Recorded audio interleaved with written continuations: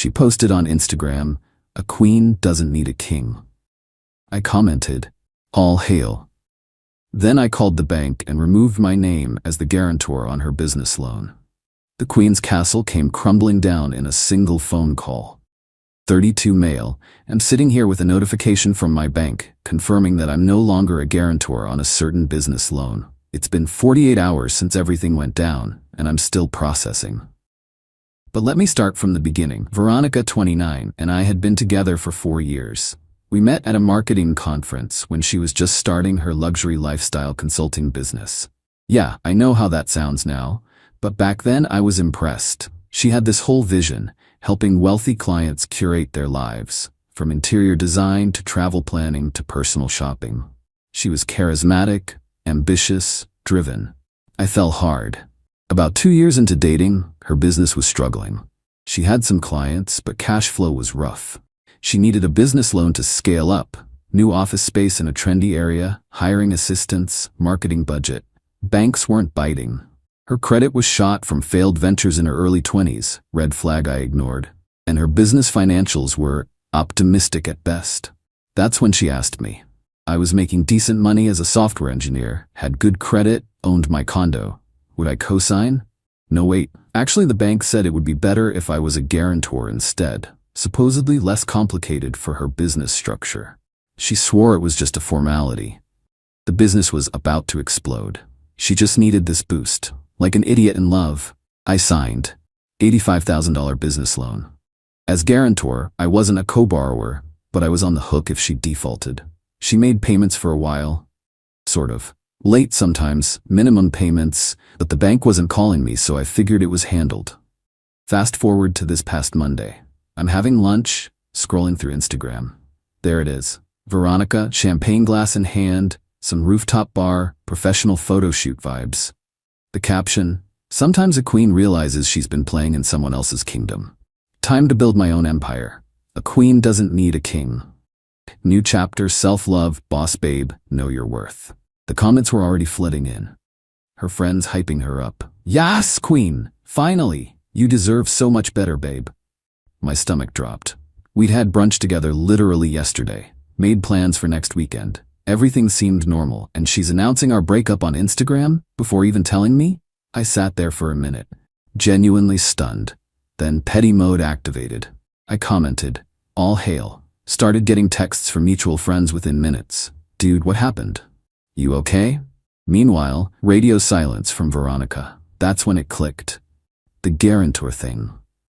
If she's done with me, if this is how she wants to play it.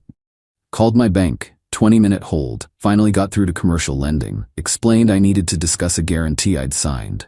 They transferred me around, but eventually I got someone who pulled up the loan. "Sir, as a guarantor, you can't just remove yourself unilaterally. That would require the borrower to refinance or find another guarantor." "I understand. What's the current status of the loan?" Typing sounds. Long pause. "Well, it's showing as irregular. 3 months behind on payments. We've been sending notices to the primary borrower. 3 months behind. So what happens if I formally notify you that my personal relationship with the borrower has ended and I'm concerned about the loan status?" Another pause. "We would likely initiate a review. If the loan is already in distress and the guarantor expresses concerns, we might accelerate collection procedures. Please initiate that review." Documented everything. The Instagram post, screenshot with timestamp, the bank call, reference number, the payment history they shared. Then I texted Veronica, "Saw your Instagram. Message received. FYI, I've notified the bank about our change in status. Good luck with your empire." Then I muted her messages and calls. Didn't block, wanted the evidence trail. The explosion started about 2 hours later. Update 1, holy crap, you guys. The entitlement is off the charts. So after my text, Veronica tried calling about 47 times that first day. I didn't answer. The voicemails progressed from, "Babe, we need to talk. This is all a misunderstanding. You're being really immature. Call me back now." Complete screaming meltdown Tuesday morning. She showed up at my condo building. Fortunately, I'd already given the front desk a heads up that we'd separated and she shouldn't be let up. She made quite a scene apparently. Security had to escort her out. But here's where it gets good. Wednesday, I get a call from her business lawyer, Marcus. This dude. The audacity. My client is concerned about some actions you've taken regarding her business loan. Me, your client announced our relationship was over on social media. I simply informed the bank of our changed status. That was a personal expression of growth. It didn't mean. It literally said, a queen doesn't need a king. Regardless, you have no right to sabotage her business. She's prepared to file. File what? I made no false statements to the bank. I'm a guarantor on a loan that's 3 months behind. I have every right to protect my interests. He started blustering about malicious intent and tortious interference until I cut him off. Are you aware she's 3 months behind on payments? Silence. That's temporary cash flow issues. Every business. So you knew? And you're calling me? Interesting. Pretty sure I need my own lawyer now. We're done here? Hung up. But Thursday is when the real fun started. The bank had clearly started their review because Veronica went nuclear. She made another Instagram post. This time, it was a Notes app screenshot, one of those long emotional dumps. I'll spare you the whole thing, but highlights included. I was financially abusive by stopping being her guarantor. I was intimidated by her success. What success? I couldn't handle a strong, independent woman who needed me to guarantee her loan. I was trying to destroy everything she built with whose credit? The best part? She ended with, a real man would support his woman's dreams, not tear them down out of spite. My comment this time. A real queen pays her own bills. Her friends went absolutely rabid in the comments. My phone was blowing up with DMs calling me every name in the book. I just kept screenshotting everything. Then Friday happened. The bank called me. Mr. Name? We've completed our review of the loan you guaranteed. Given the payment history and current status, we're moving to accelerate the full balance. As guarantor, you'd be liable if the primary borrower cannot pay the $73,000 remaining balance. However, we'll first attempt to work with the borrower on resolution. $73,000. She'd barely made a dent in the principal. I asked what their next steps would be. They said they'd already sent formal notice to Veronica demanding full payment or a meeting to discuss options. Refinancing, which she'd never qualify for, payment plan, which she couldn't afford, or surrender of collateral, which was basically nothing. The loan was mostly unsecured except for some equipment. An hour later, my phone rang. Veronica's mom, Diane. Diane, what have you done? Hello to you too, Diane. You vindictive little man, how dare you try to ruin my daughter? Your daughter ruined herself when she stopped paying the loan I guaranteed. She's been putting everything into growing the business. Sometimes you have to make sacrifices. Like sacrificing loan payments while posting champagne photos on Instagram? You're just jealous. She was always too good for you. Apparently the banks agree. That's why she needed my signature. She cursed me out for another minute before I hung up. Saturday morning, 7 a.m., someone's banging on my door. Look through the peephole. It's Veronica with some guy I don't recognize.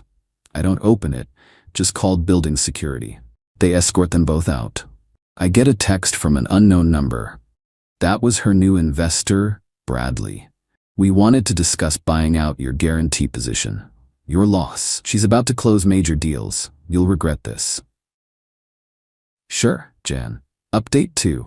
The audacity keeps escalating, people. I can't even. So after the investor Bradley incident, things went quiet for a few days. I figured Veronica was scrambling to figure out the bank situation. I was partially right, but oh, the lengths she went to. First, I need to explain something I learned from my lawyer. Yes, I got one. As a guarantor, I couldn't just remove myself from the loan like I initially thought. What I actually did was notify the bank of a material change in circumstances that made me concerned about the loan. Because it was already in default, this triggered their review process. The bank could have chosen to do nothing, but given the payment history, they decided to accelerate. Important distinction. Anyway, Veronica tried several approaches over these 3 weeks. Week 1, the guilt campaign. Her friends started reaching out. Not the rabid Instagram defenders, but mutual friends from over the years. The conversations all followed the same script. Hey, how are you holding up? Look, I'm not taking sides, but don't you think you're being a bit harsh? She's really struggling. maybe you could just give her time? One of them, Jessica, let slip that Veronica was coaching them on what to say. Apparently, there was a group chat where she was strategizing how to get me to see reason. Week 2, the business emergency. This was peak comedy. Veronica suddenly had a massive client deal that would solve everything. She needed just 2 weeks to close it. The bank would get their money, I'd be off the hook, everyone wins. She had Bradley, the investor, call me directly. This man, I don't know where she found him. Bradley, listen bro, I've seen her books. She's sitting on 6 figures of pending contracts. 6 figures of pending contracts, but 3 months behind on a $1,500 monthly payment? Cash flow, bro. It's all about timing. I'm prepared to invest once she closes these deals. Then why doesn't she show these contracts to the bank? It's complicated. Very high-profile clients, NDAs and such. Well, she can work that out with the bank directly. He tried to keep talking, but I hung up. Did some LinkedIn stalking later. Bradley was a serial entrepreneur whose last 3 companies all dissolved within a year. Perfect match for Veronica, honestly. Week 3, the legal threats. Marcus the lawyer was back, this time with a formal letter. They were demanding I, 1, withdraw my false and defamatory statements to the bank. 2, pay damages for business interference. 3, issue a public apology for my harassing Instagram comments. My lawyer laughed, actually laughed. Her response letter was beautiful. No false statements were made. Notifying a bank of legitimate concerns as a guarantor is not interference. 2 Instagram comments on public posts are not harassment. Counter notice that any further baseless threats would result in a harassment claim from me. Then came Thursday. The bank had given Veronica 30 days to resolve the loan. That deadline was approaching. She'd apparently tried everything, applying for other loans, denied, finding a new guarantor, no takers, negotiating a payment plan, couldn't demonstrate ability to pay. So she did what any rational person would do. She threw a party. I'm not kidding. Full-blown farewell to my first office party. Posted all over Instagram. Champagne, catered food, a DJ. In the office space she was about to lose. The posts were incredible. Sometimes you have to close one door to open another. Grateful for the memories in this space as I upgrade to bigger and better. A setback is just a setup for a comeback. Her friends ate it up. So inspirational. Your strength is amazing. Can't wait to see your next chapter. I couldn't resist. Commented on the party pic, champagne taste on a defaulted loan budget. This time, Veronica responded publicly, still obsessed I see. Some of us are too busy building empires to worry about bitter exes. Security is coming to remove you if you show up. Have boundaries. Moving on. Security? At her going out of business party? I screenshotted that gem for my lawyer. But the real kicker came that night. Got a text from an unknown number. This is Diane. My daughter is in tears. That party was meant to be a positive goodbye, and you ruined it with your comment.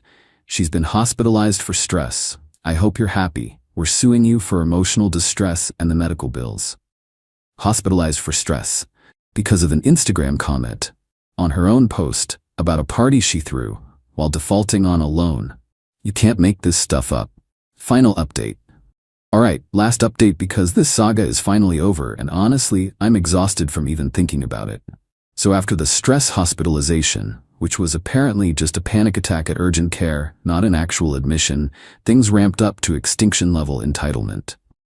The last-ditch effort. 4 days before the bank's final deadline, Veronica made one more play. She showed up at my office, not inside, security wouldn't let her in, but she waited by my car in the parking garage. I saw her from a distance and almost turned around, but I figured I'd see what fresh insanity she had planned. I kept my phone recording in my pocket. Veronica, we need to talk like adults. We're talking.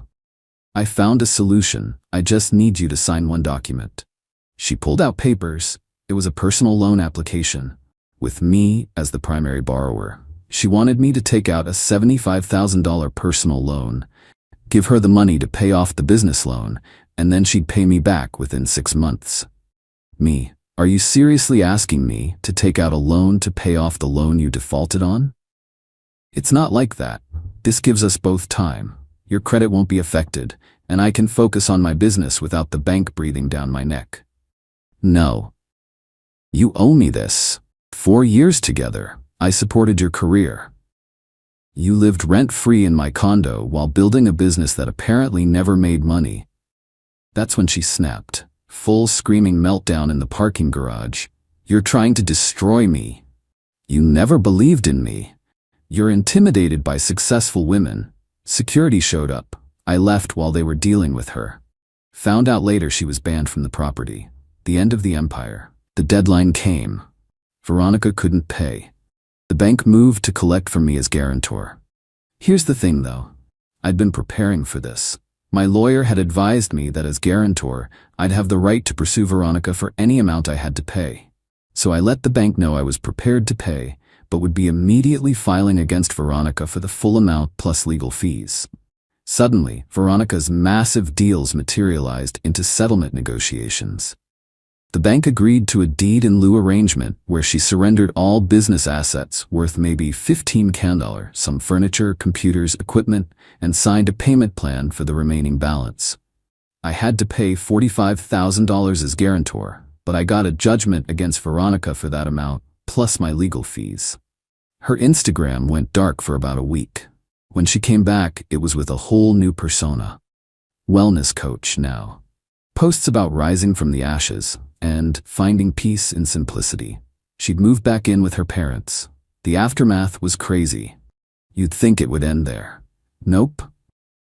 Bradley, the investor, started his own Instagram campaign about how I was a dream killer who couldn't handle feminine power. He had maybe 200 followers and his posts got like 12 likes each, but he was committed. Daily posts about toxic masculinity and supporting women entrepreneurs. Someone sent me screenshots of him trying to start a GoFundMe for Veronica's business revival. It raised $47. Diane, Veronica's mom, sent me a formal demand for the medical bills from the stress hospitalization. My lawyer responded with a copy of the judgment against Veronica and a reminder that harassment has legal consequences. Haven't heard from her since. Best part? About 2 weeks ago, I get a DM from Jessica, one of Veronica's friends who'd tried to guilt me. She wanted to know if I'd be interested in coffee because she'd always thought we had a connection, and now that I was available, I didn't even respond. The audacity is apparently contagious in that friend group. Where things stand. I'm out $45, which hurts. But I've got a judgment against Veronica, and my lawyer says we can garnish wages once she's employed. Given her new wellness coach venture, that might be a while, but the judgment is good for 10 years and renewable. She's still posting inspirational quotes about new beginnings and embracing minimalism, aka being broke. Last week she posted about how material possessions never defined her worth, which is rich coming from someone who used to brag about her designer bags. I've moved on. Learn some expensive lessons.